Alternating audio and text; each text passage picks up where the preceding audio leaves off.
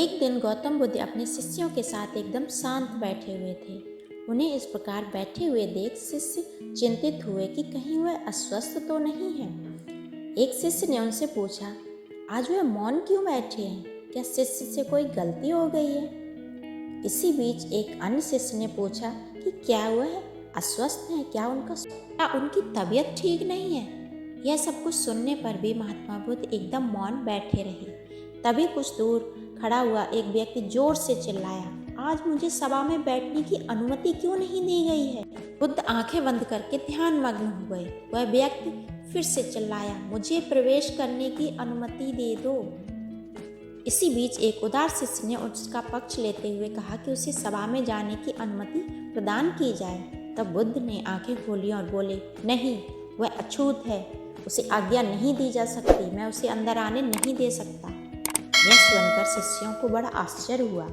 बुद्ध उनके मन का भाव समझ गए और बोले, हाँ, वह अछूत ही है।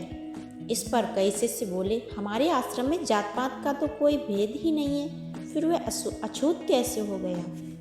बुद्ध ने समझाया, आज वह क्रोधित होकर आया है। क्रोध से जीवन की एकाग्रता नष्ट हो जाती है। क्रोधी व्यक्ति प्रायः मानसिक हिंसा कर बैठता है, इसलिए जब वह क्रोध में रहता है तब तक वह अछूत ही होता है। इसलिए जब तक वह क्रोध में रहेगा उसे अंदर आने की अनुमति नहीं मिल सकती। उसे कुछ समय तक एकांत में ही रहने दो। उधर वह क्रोधित शिष्य भी बुद्ध की बातें सुन रहा था। पश्चाताप की अग्नि में तपकर अब वह समझ चुका था कि अहिंसा ही मनुष्य का महान कर्तव्य व परम धर्म है। वह बुद्ध के चरणों में गिर पड़ा और कभी क्रोध न करने का प्रण ले लिया। क्रोध के कारण व्यक्ति अनर्थ तो कर बैठता है और बाद में उसे पश्चाताप होता है, जिसका कोई लाभ नहीं होता। इसलिए हमें कभी भी क्रोध नहीं करना चाहिए। असल मायने में एक क्रोधित व्यक्ति ही सबसे ज़्यादा अछूत होता है और उसे अकेला छोड़ देना चाहिए। क्रोध करने से तन, मन और धन तीनों की ही हानि होती है। ये क्रोध सबके लिए हानिकारक है।